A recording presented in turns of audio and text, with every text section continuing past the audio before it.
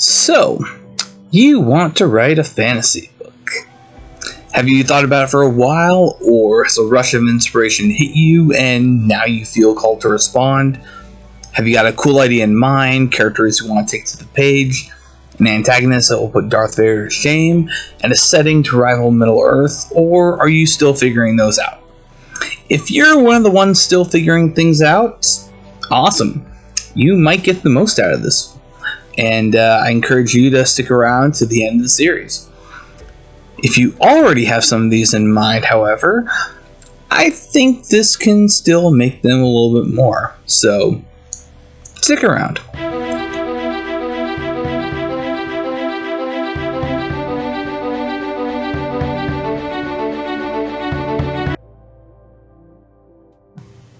Hey, welcome back to the channel.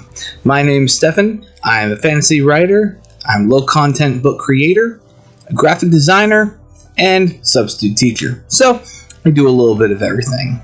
But one of the things I love to do the absolute most is I love to write fantasy, I love to create worlds, so this series is going to be dedicated to that particular craft. Now, I'm not just going to be addressing people who write fantasy in general. A lot of this stuff that can basically be applied to other writing in general. It can be applied to all variety of genres. It can even be applied to short stories, poetry, essays, screenplays. Really, it's just a combination of things. But the kind of biggest thing that's going on with here is as a writer, I've seen a lot of struggles. I've had a lot of writer friends that have had lots of various writing struggles also, and I just really wanted to take some time to actually talk about that, talk about things that have worked, things that haven't worked. So with this particular series, not only are we going to get into how to actually write a fantasy book, we're also going to be talking about the various elements that it takes to actually make a story. So stuff like characters, settings, antagonists, how to develop the world just as a whole, how to develop the world around your characters. Now, lots of little teeny tiny things like that. So if that's something that you're interested in, I would love for you to stick around. If not, it still might be fun. So we'll see. Now, when it comes to writing in general, I have had one of the number one questions is, where do you start? Like, I'm part of a lot of writing groups through Facebook, through Twitter, and it's amazing how many times you see, hey, I'm a new writer, where do I start? Hey, I'm a new writer, what are some tips and tricks that you recommend? Hey, I'm a writer and I've just gotten stuck, what do you guys recommend? So, for this video, I really wanted to start by actually addressing that concept. But I'm going to do something that not a lot of people do. See, when you hear, where do I start for actually writing a fantasy or any kind of book in general, you always hear, oh, you got to have a good plot. You got to know where you want the story to go, so you also got to know where your ending is. You need to know what the story actually is. Now, other people will say, no, that's not as important. You got to know your characters. You got to have good characters that the audience wants to relate to, good characters that can drive any plot forward. Still, other people are going to say, no, the first thing you need is a setting. You need to figure out what kind of world you want this to take place in, what kind of rules are going to apply, so that way all the characters and all the everything can fit in with it. But that is not where I'm going to start. And I feel that starting with those things is actually missing the biggest point. So, I'm going to say the very first thing, the first place that you have to start when writing a fantasy or any kind of book in general is you have to believe you can actually do it. And I say this not lightly. It sounds cheesy. It sounds a little bit silly, like, he doesn't really know what he's talking about. But bear with me for a second. See, so many times people will start books, they will start writing, and then they get stuck. Or they'll start writing, they'll have a really cool idea, and then they're just not sure where to go with it. Still others will be writing, and they'll be going, and they'll be going, and it'll be great, and then they come to the end, and they're not sure how to end it, so they stop, and they put it down. But so many of these situations all come down to the writer gets to a point that it's hard, and then they stop believing they can actually get it done. So, like I said, the first thing is you actually have to believe that you can do it. And this is not the easiest thing in the world. I get it. When I wrote my first novel, I probably bit off a little bit more than I could chew, but it took me about 10 years' time. Realistically, it was about 10 years from start to finish, and there was a lot that was going on with that. First, yes, I was creating a whole new fantasy world, so a lot of my writing of the book was also including the map making. So I, created all my own maps. I still am touching up maps as new locations come about. So I created the world. I created the various government systems. I created the various nations. I figured out how territories and territory lines would actually work out. I thought about religions, thought about the kind of pantheon god system, thought about the magic system, even spent time just creating various weapons for various cultures. So I did a lot of stuff other than writing. To be also perfectly honest, there was probably a fair amount of procrastination by doing those things, but in the end, I'm really happy that I did actually get all those guys figured out, and yeah, I'm satisfied with the end result. So, with mine, the first book took me about 10 years, and there were a lot of instances in that beginning part where things got tricky. I got stuck. I got frustrated. There would be times where I'd be going along and things just weren't making sense. I'd be going along and events just wouldn't quite be working. So there were a lot of times that I seriously thought, man, should I give up on this thing? Should I even keep going? Do I even deserve to be considered a writer? I mean, to me, people who wrote books were like the coolest people ever. So did I even deserve to be in that category? And then after all those 10 years, I finally got it done. And I'm not going to lie, it was one of the best experiences. It was one of the best feelings in the world, because it was one of those things that after honestly working hard at it and genuinely caring about the end result, to have it realized, it was amazing. So if you are in the boat of you started writing and then you got stuck, or you're not sure how to start, or maybe you've been writing for a long time and now you're just about done, but it suddenly feels a little bit too overwhelming, just don't.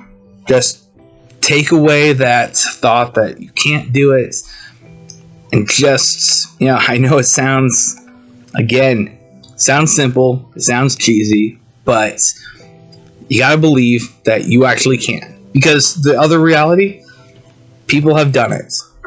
I know it sounds obvious, but it is not an impossible goal.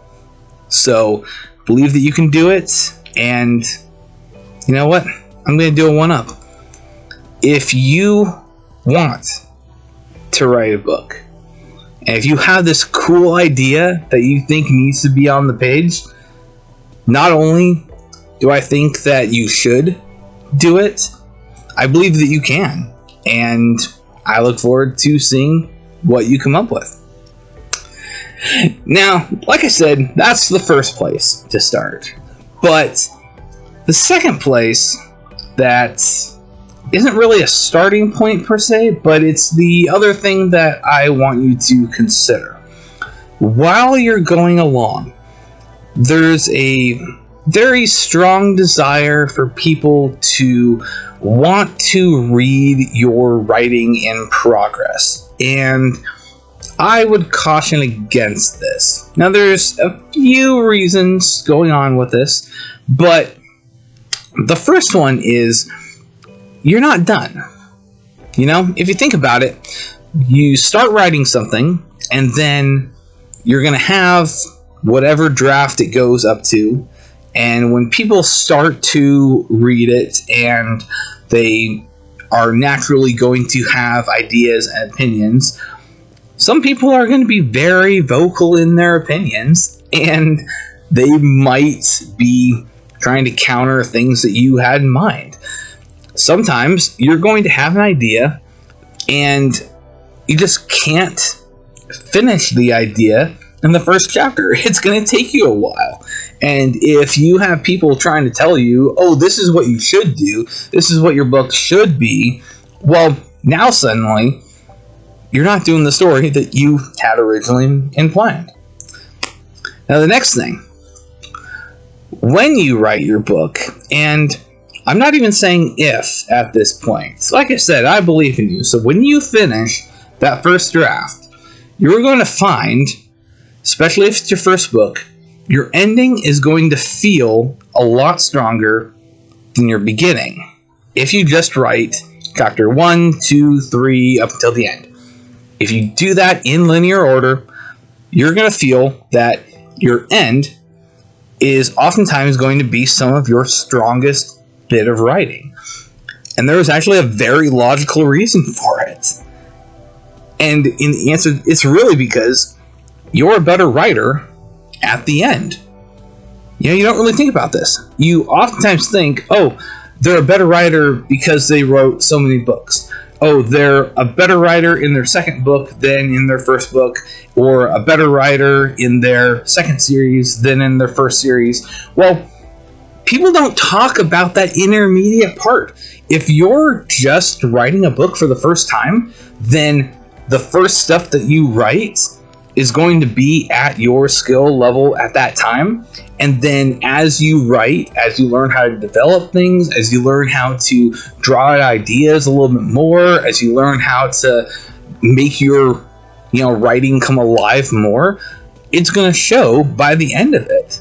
So there's going to be this really interesting disconnect where the end feels much stronger than the beginning. This is actually very, very normal, and this is something that should not be criticized. This should actually be praised. And the reason it should be praised is because you are getting better as a writer, and that is always a good thing. But it doesn't mean that you're done. It doesn't mean that you just say, okay, cool, we'll go with that, and I'm going to accept that the end is going to be better. No, this is your baby. Take care of your baby and make that beginning as strong as your end. And how do you do that? Revision. The revision process is something that a lot of people are terrified of, because you hear so many stories about how you spend so much more time doing edits and revisions than you do actually writing the book. Now, I'm also going to make a really fast clarification here. Edit and revising are not the same thing. Edit means to fix errors, whereas revising is changing. So oftentimes you're going to have to be synonymous, but editing is basically correcting errors. So it's correcting like punctuation, spelling errors, grammar errors, all those little nitpicky things.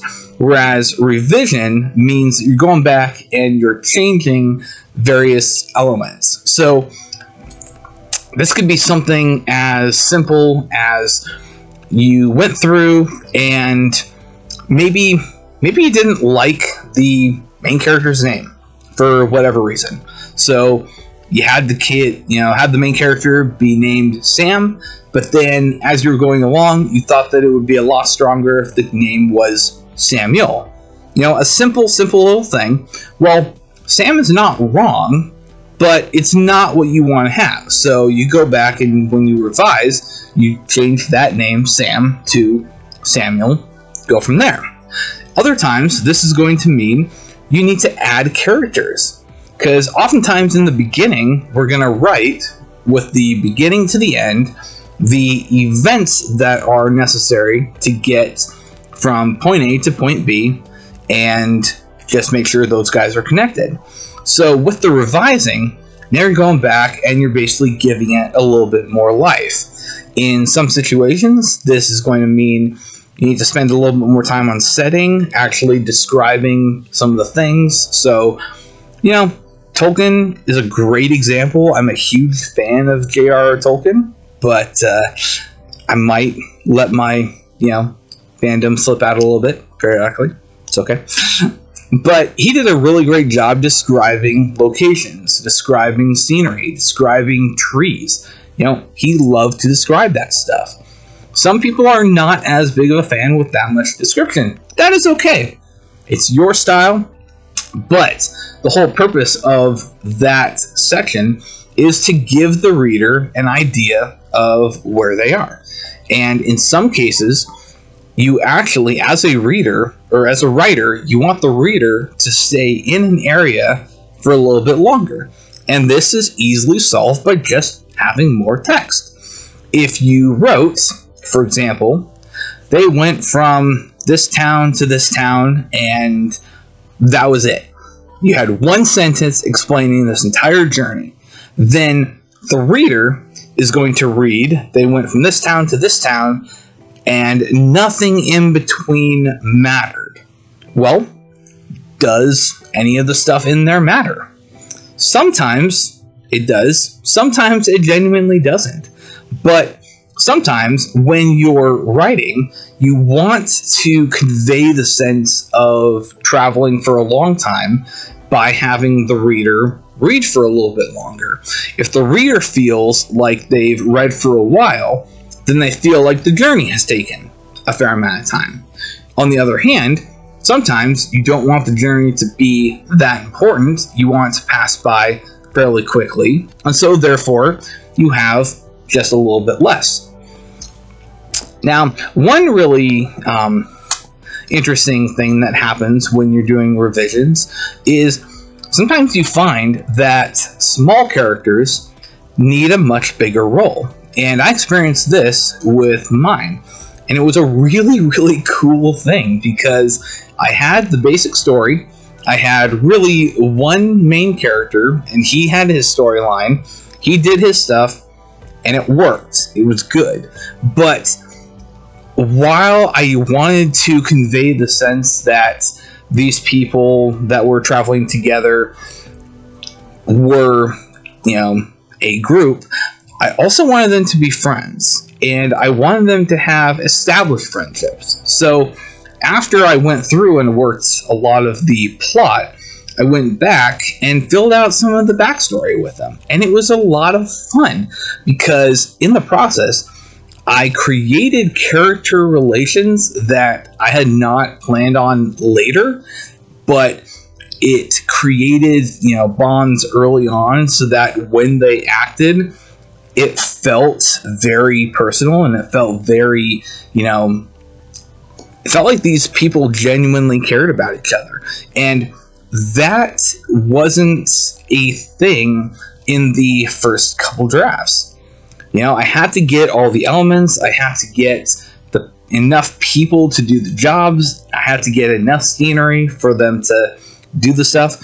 But it was only later on that I was able to really get into their personalities and in some areas get into their backstories.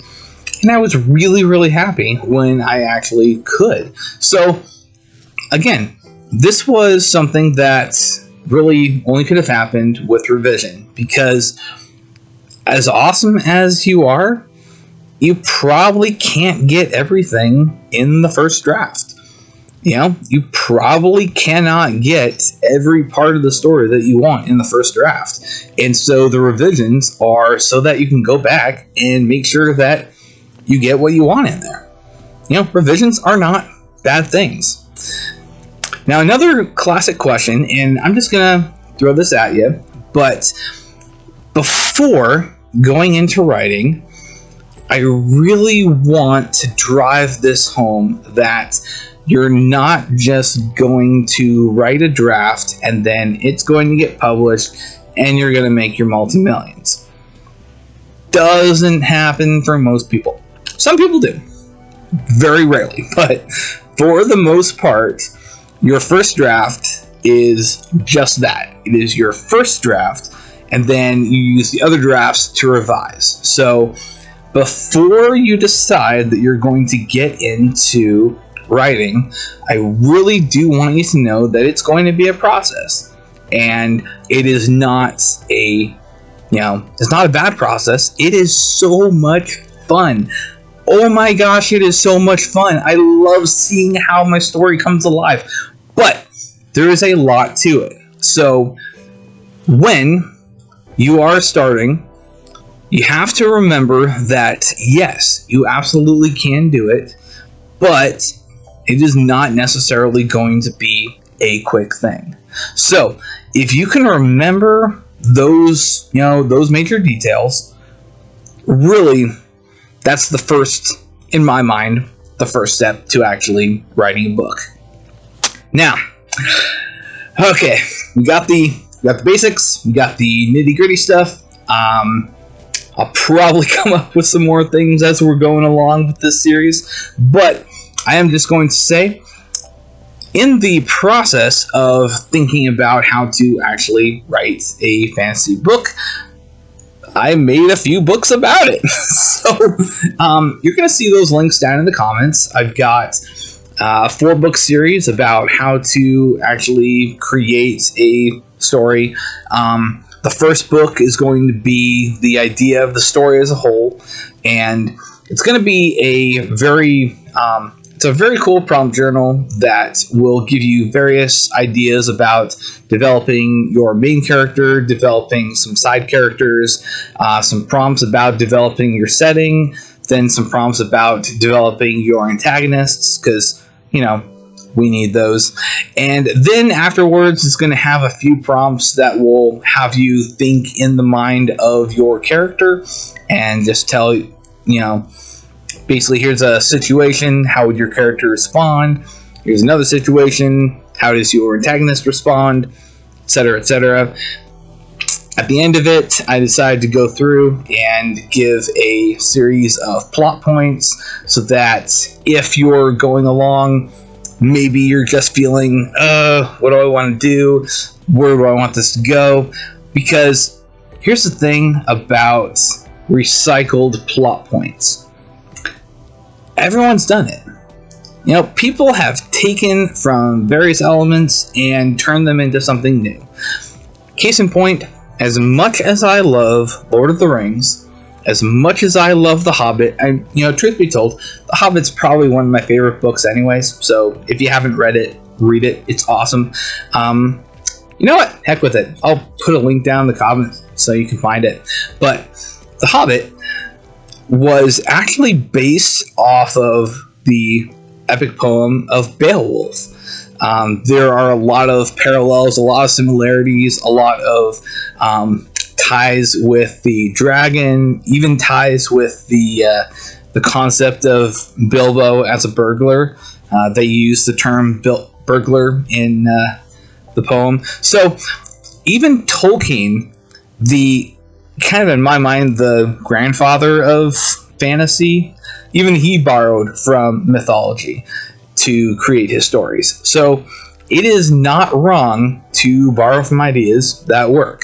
So I got 50 of them, and if one of those is what you need to jumpstart, please use it.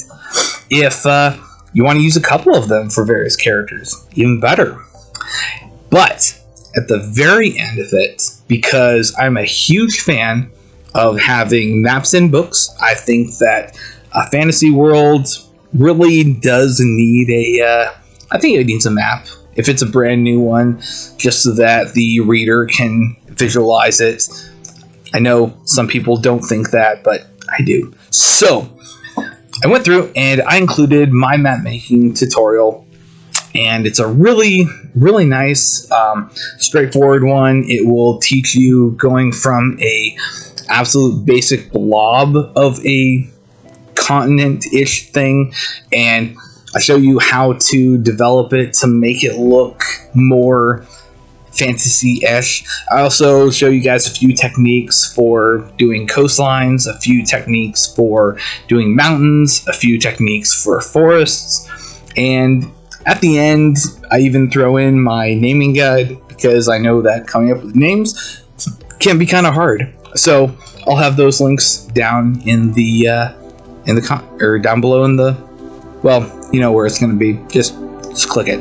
So I'm really excited. I'm looking forward to joining you guys on this, and yeah, thanks for coming. Bye.